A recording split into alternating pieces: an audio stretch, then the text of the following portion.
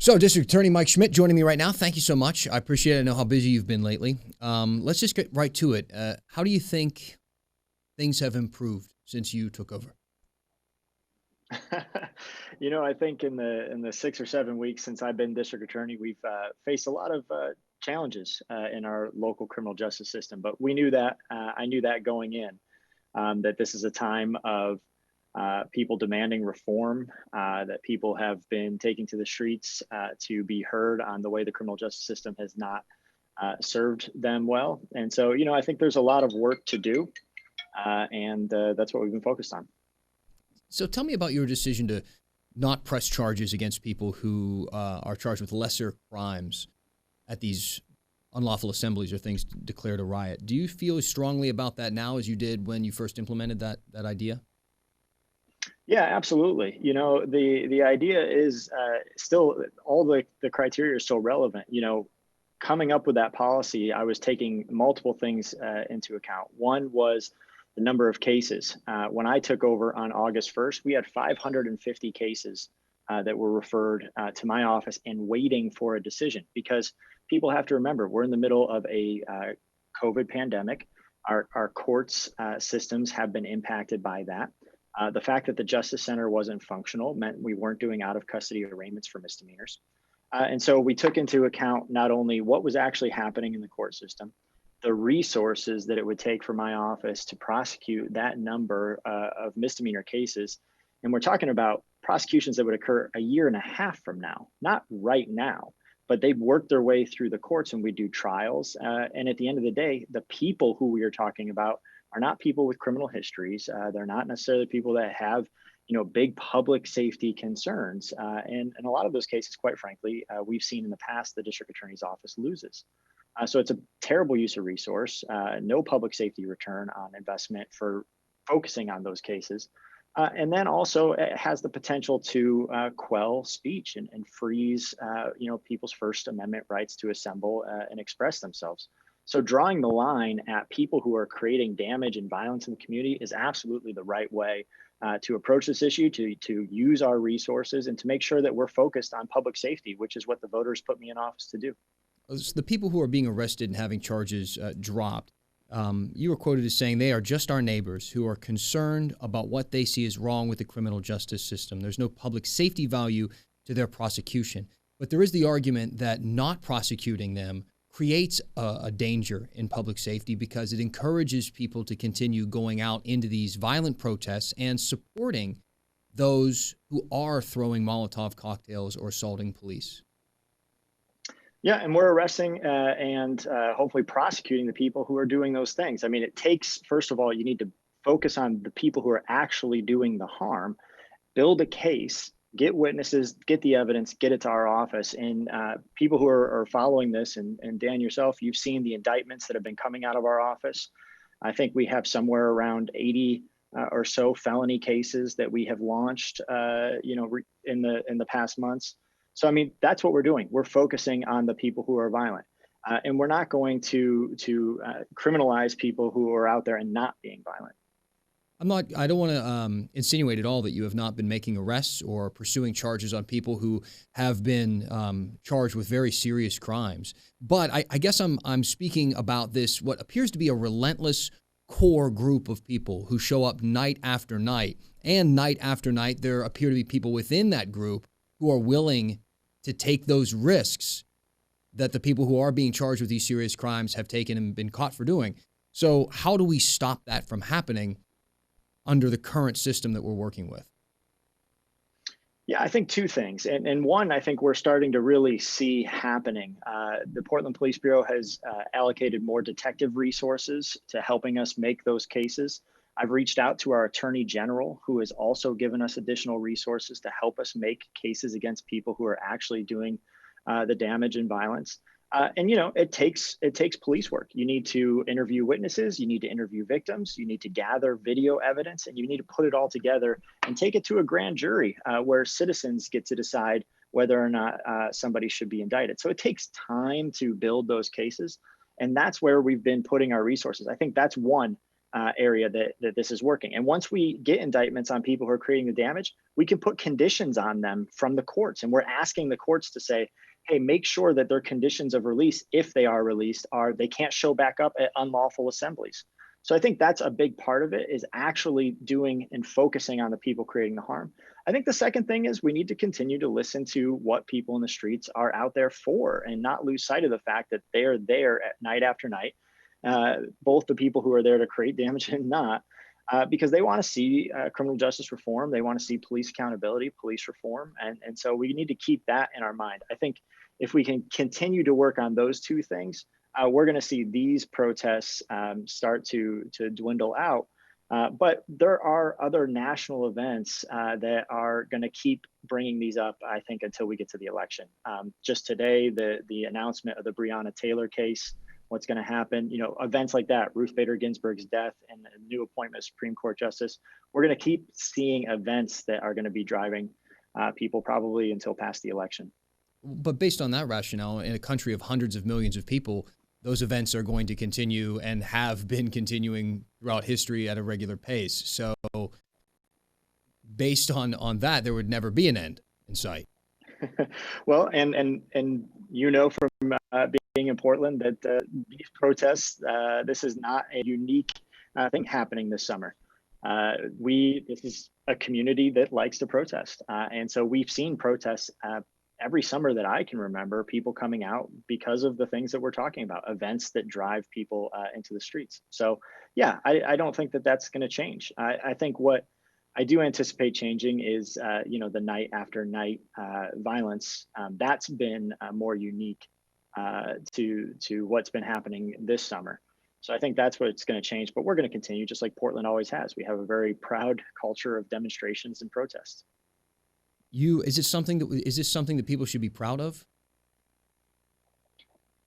Citizens exercising their First Amendment rights and assembling? Yeah, I think that's absolutely something that we should take pride in. I mean, if you put on balance out of all the people that have been showing up at these protests for George Floyd, I mean, the vast, vast, vast majority of people are out there exercising their rights and being peaceful. Of course, but I'm not talking about that. I'm talking about these late night assemblies that turn violent and end up with neighborhoods filled with tear gas.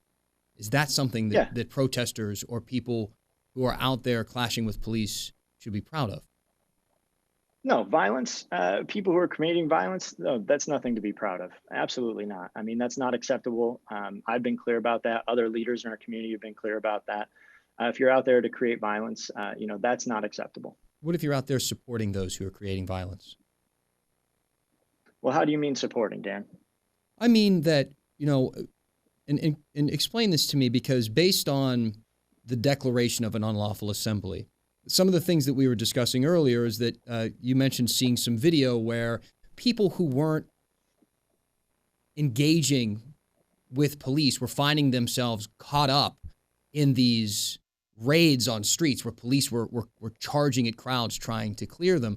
And the argument being folks who were there just chanting with signs are now being treated with the same force as people who were actively assaulting police officers or throwing things at them. And that was something you didn't want to see. You wanted people to be able to stay out there and have their First Amendment rights without having police knock them to the ground or arrest them for a crime they didn't commit. But isn't an unlawful assembly a declaration to the crowd that there's a large group of people, there is a section of you that are throwing bottles or shooting fireworks or have hurt an officer or throwing a Molotov cocktail or starting a fire, but because you're all dressed similarly and it's dark out and people are running around, we can't really identify who did that and who is just standing nearby. So it's an unlawful assembly. If you're here doing nothing wrong, it's a good time to leave because we're coming out and looking for the people who did, because it's unsafe for this neighborhood to have this type of conduct continue. But if you're taking away the charge for people who decide, well, I'm just going to stay here and continue to support this activity, I'm wondering how police can actually properly identify the people who are the wrongdoers from those who aren't. And if the people who decide to stick around and support those who are throwing the Molotov cocktails by simply being there in the face of police officers, is that something that this city should be proud of? So, I mean, the way you're using the word support is being present, and I think there are a lot of people who are present in these nightly events that would not say that they support throwing Molotov cocktails. I've watched a lot of these at night on live streams, and I've heard the dialogue and things that people are saying. I've heard speakers say, "Hey, if you're here to do violence, get out of here. We're not about that." So just for being present, I don't think you can say that they support violence or they support throwing Molotov cocktails. I think that's a pretty bold oversimplification. Well, just for the sake of argument, I remember during the Charlottesville rally when the president took a lot of heat for saying there are good people on both sides, basically insinuating that just because people were there while others were chanting neo-Nazi chants doesn't necessarily mean that they agreed with what those people were saying. Perhaps they were just there to support the statue not being taken down. And I remember thinking to myself, even if I was there to support a statue not being taken down and I started hearing people chanting neo-Nazi white power salutes, I'd start thinking to myself, I think I've found myself at the wrong rally. Okay? And then you would leave. And I'm wondering why that's not being why people involved in these aren't being given that same treatment and saying, well, night after night, these are ending with fires being set, violence, and almost routinely, at a very high percentage, there are people within the group that are causing real damage and harm to people. Maybe I'm not at the right rally. Maybe I'm actually supporting this violence and not necessarily only supporting what I believe. Just because I'm not being violent, I'm giving credit to the people who are. Yeah, I don't think I would equate people at a neo-Nazi rally to people who are standing by at night talking about Black Lives Matter. That's a that's I'm a not. pretty false equivocation. Yeah, but that's different. I'm not saying that those two are equal. I'm saying that there is a certain level of guilty by association, and I'm not trying to compare the movement of Black Lives Matter to a neo-Nazi movement. I'm talking about if you are there supporting people who are actively breaking the law on a nightly basis, what responsibility do you take from showing showing support to that activity? Is there any? Well, I mean, I think if you are out there and you're actively doing things to, we've seen cases where police officers making an arrest, and then other people will come in and try to forcefully unarrest that person. I think that's supporting somebody, and that is engaging in violence. But being present and being a person who is there to talk about, your ideas about the criminal justice system, I don't think that's lending the violence material support. At 12:30 at night, at 1 o'clock in the morning, in a neighborhood with neighbors yelling for you to please leave, they're trying to sleep. Do you think that fits into that category of? The category of what? Of someone who's just out there trying to discuss civil rights and Black Lives Matter. I think that there are people out there that are showing up at night that feel like they haven't been heard for a very long time and feel like our system hasn't changed in a very long time, and that these things keep happening over and over again. So showing up at night later on, if that's the way that they feel like they might be heard and they're not engaging in violence, that is speech. So what do we tell to the neighbors who feel like they are kind of on assault from all sides? Because I've heard a few different accounts. One was profiled in the New York Times recently, where members of one of the marches out there went to a neighbor's house and told them to take down an American flag, and there was a kind of a situation that brewed from that. I heard from another reporter who is out there regularly that there was a man who came out and was yelling at activists who were outside, and there was kind of an altercation, and then tear gas was fired into his yard, and then he started yelling at police. And some of these neighbors feel that they don't want any of this in their neighborhood. They don't want people yelling at them in the middle of the night, knocking on their doors, chanting in the streets, and they also don't want police then coming in and firing tear gas that's seeping into their homes. One famous kind of viral tweet locally was a man who his wife was breastfeeding a 1-year-old, and he was concerned, what are the repercussions health-wise for my family here as tear gas is seeping through the walls of my home? Where should I go? What should I do? These situations are impacting people in their bedrooms now. Yeah.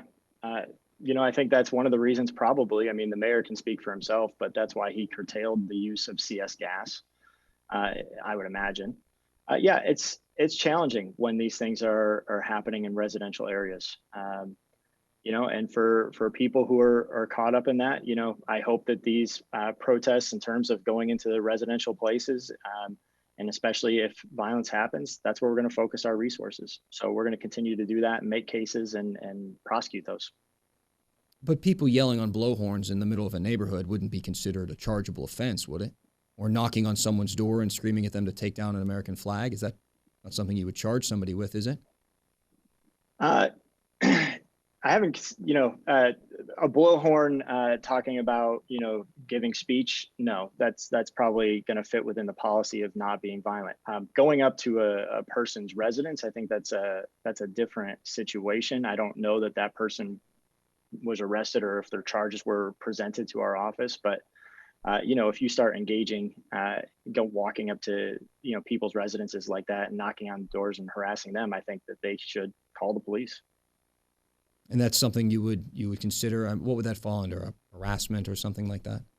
Yeah, if somebody doesn't leave, right? Yeah, exactly. So, you could say, hey, you're not to be on my property. That would be a trespass if they continue to stay. If they got aggressive and it met the the criteria for statutes for harassment or menacing, yeah, we would look at those cases.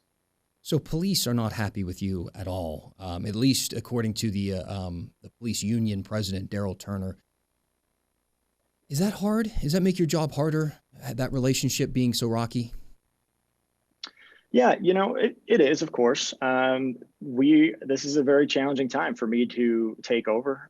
There's a reason the previous DA decided to move up his retirement date. This is at a moment that is incredibly challenging. And I've talked to the police chief. He and I just spoke this week, and we had a good conversation, and we have a good relationship. And he similarly has been, elevated to leadership in a very challenging time. Under normal circumstances, I would hope that the police officers seeing my election and how overwhelming the results were, that this community supports reform the way that it does, that we would say, hey, that's great. How do we work together? But we had to start where I got parachuted in on August 1st. And these are challenging issues. So, we'll work through it. It is, of course, hard. It's a symbiotic relationship. I rely on police officers. They rely on my office. So we'll figure out how to work through this. But yeah, it's challenging, of course. You gave an interview recently where you said you did a sit down with Daryl Turner, and forgive me if the exact wording is wrong, but they accused you of being Antifa or something. What happened in that situation? So I went to a roll call with the officers that have been on the lines night after night. And, it was a pretty tense conversation. They, as you said in your question, they were voicing their displeasure with my policy and the way that I've approached this issue. And they were asking me questions. Some of them voiced it a little bit more vociferously than others. Other officers in the crowd, though, were, very polite and said, hey, appreciate you being here, willing to talk to us. We just want you to hear what we're going through. And so, there were aspects that I think was less productive, talking about Antifa or George Soros. But there were also aspects that I thought were very productive in the conversation. So it was a tense meeting, and it's a tense situation. What does that tell you about your ability to meet eye to eye with these officers, though, or some of their leadership, or to work with them? I mean, those are pretty dramatic accusations to make of a district attorney. Yeah, that's true. But, like I said, I think that we are in a moment that is dramatic and where change is happening, and change is always hard. And so, this is a tough place for me to start. No doubt about that. I think everybody knew going in that this was not going to be an easy or enviable job to be taken over on August 1st. But we'll work through this. And they are professionals, and my office and we are professionals. And so we'll figure out how to go through, and there will be more issues. And I think probably at the end of the day, we're going to agree on a bunch of things. There are going to be some things we don't agree on, and we'll work together. But we do depend on each other, and it's important that we figure out how to repair that relationship and move forward. Well, one of the most troubling parts about it is that later on in the article, it says that Daryl Turner denied saying that. So you have our district attorney and a law enforcement leader, and we have to accept the fact that one of them is lying to us. And that makes me feel uneasy. Makes me feel uneasy too, Dan. I stand by my statement. And like I said, it was a tense meeting, and tempers were a little bit hot. And so things were said that maybe weren't intended to be said. And we're just looking forward and moving on and trying to figure out, how do we get onto the next issues and work together. So one of the criticisms when the federal officers were in Portland were the fact that they were arresting people for crimes and then detaining them, but then letting them go and not charging them. But how is that different than what we're doing now? Because I haven't heard a similar outcry about people being arrested and detained and then being released as when the federal officers were doing it. Yeah, if you look at the charges that the federal officers have been bringing that weren't related to that time when most of the activity was in front of the federal courthouse, but since then, there are all cases, the vast majority of them, I think, that we have also brought charges against, and frequently we had already brought charges against. So yeah, what they are adding, it's up to them. It's their resources. It's their call why they're doing the things they're doing. They're within their rights, but I don't think that they're doing anything above and beyond what was already being done in our jurisdiction. And like you say, they face the same challenges we do. A lot of these cases, people are not going to necessarily be held, but when they're arraigned, we're going to put release conditions on them that say, hey, you can't go back to places where there's an unlawful assembly. So we're kind of doing the same thing, and it's a very similar strategy. Well, the federal law, that really ramped up, the rhetoric around that ramped up when the federal law enforcement officers started making those types of arrests. Local leaders were drawing equations to like Gestapo tactics. Do you think that they mischaracterized what the federal government was doing? So there's kind of two phases, right? There's the phase that was happening when the federal officers were present in front of the federal courthouse on a nightly basis. And when I heard a lot of the rhetoric and the things you were talking about, local leaders, that's what I heard. That was when they were talking about how they would emerge from the courthouse and they would deploy gas, a lot of gas into the crowd, and then they would just rush out and make arrests. That's where I heard a lot of the outcry. Then once the governor negotiated the withdrawal of the federal officers, we saw the crowd size subside and go back down to pre-federal intervention levels. And since then, they have still made some arrests in terms of, or prosecuted some cases. But like I say, they've been the same exact types of cases that we're prosecuting. In fact, their criteria is very similar to ours. They're looking for violence or damage. Same things that we're doing here in our office.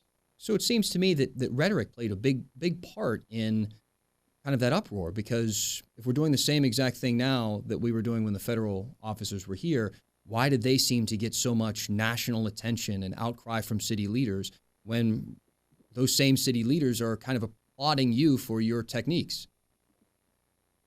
Well, I think the rhetoric, again, was more, in my mind, was about how the federal officers were dealing with the crowds and shooting munitions into the crowds and the gas and the way that they were arresting people in unmarked vans. That was that portion of time that they've been in. So it really, that's more about how they decided to do crowd control that people were really finding extremely distasteful and, as you say, Gestapo-like.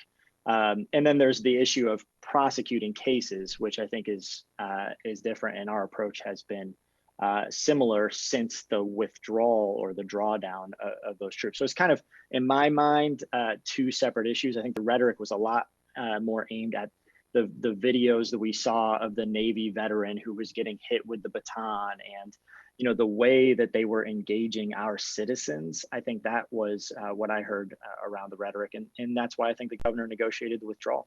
Speaking of the governor, how did you feel about the move to bring state police in and give them kind of like federal powers. Did you feel like they were going over your head there? No, I don't think so. I wonder if there's a little bit of a misunderstanding about why state troopers are federally deputized. My understanding was it had to do with the fact that she had negotiated them protecting a federal building, the federal courthouse, and to be able to enter into that building with their firearms.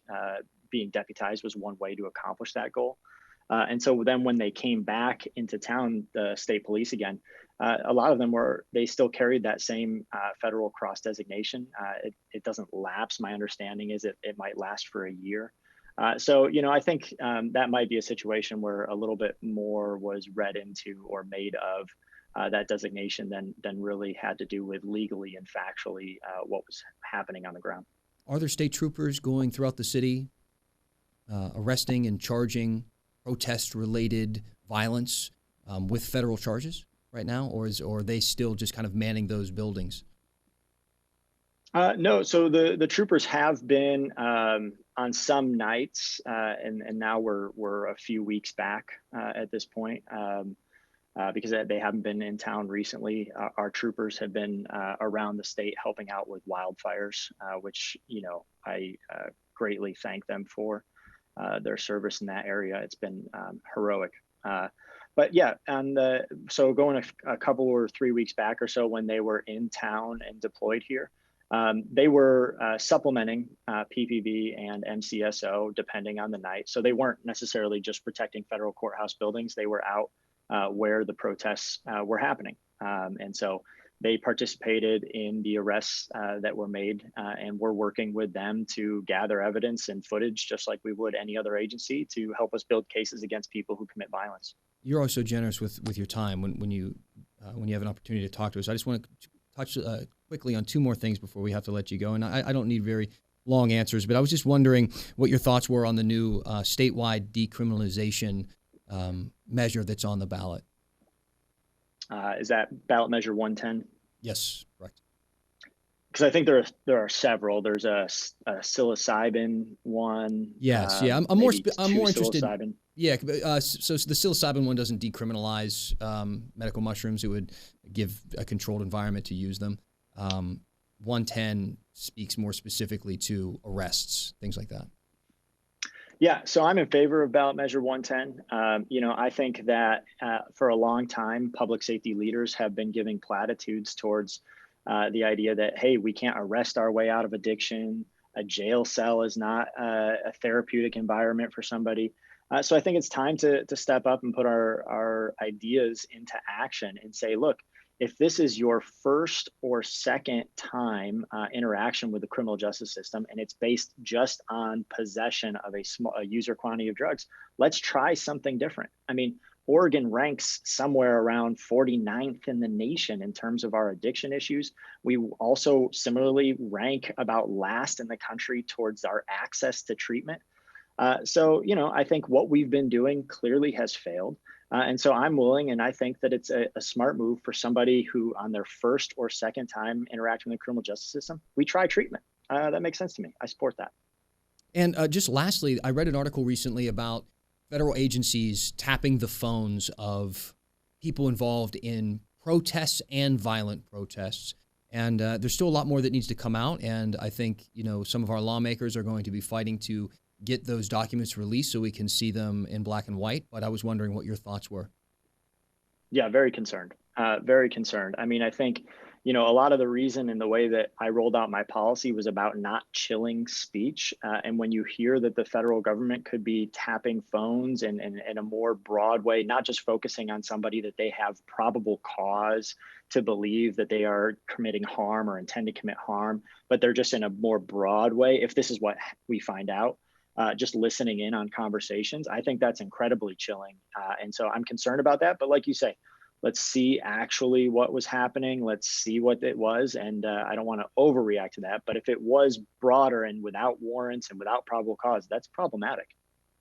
District Attorney Mike Schmidt, thank you so much. I appreciate your time. I don't know what you're doing to kind of like manage anxiety or figure out workflow or whatever, but any tips you have, I'd love to hear them because I can't imagine the stress you've been under starting a new job under these circumstances. And having to answer the difficult questions that you do routinely. So I appreciate your time, sir. Thanks, Dan. Good to talk to you. You too.